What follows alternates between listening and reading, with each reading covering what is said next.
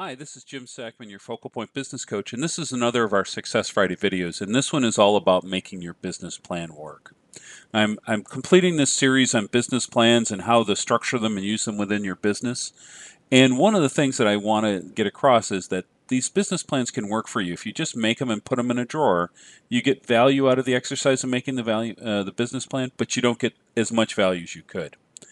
The way to make the most value is to track the metrics, and some of those metrics we talked about in the scaling video in your business on a regular basis. So revenue and profit are two numbers you should always look at. But for example, at AFC, we also tracked on a regular basis the number of DSL ports we shipped. We were trying to change from a voice line business to a DSL business or broadband business, and so we tracked that number quarterly. One of the things that that number did is it gave sales an idea of how many ports each person should be selling. And when they didn't, we investigated and found out that they were having trouble with retrofitting existing systems. What that led us to do is create upgrade packages, which allowed those systems to be upgraded in place, and suddenly the DSL business took off. The right way to do this within your business is to have a three-level system: red, yellow, green. Red is danger, yellow is warning, and green is good.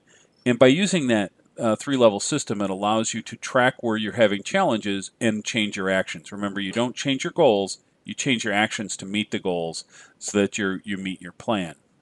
Now, one way to help that is to engage an outside advisor. In most businesses, that's the role of a board of directors, but small businesses in particular don't often have them. And the idea is you've got somebody that's interested in the business but not invested in the plan, so they don't have that emotional connection to the plan. So they give you objective analysis, constructive feedback on what's going on in the business from their perspectives from looking at the metrics. By having that analysis, you can sharpen your plans and become more effective as a business.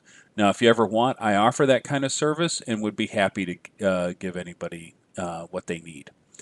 So this is Jim Sack from Focal Point. Change your business, change your life, and have a great day.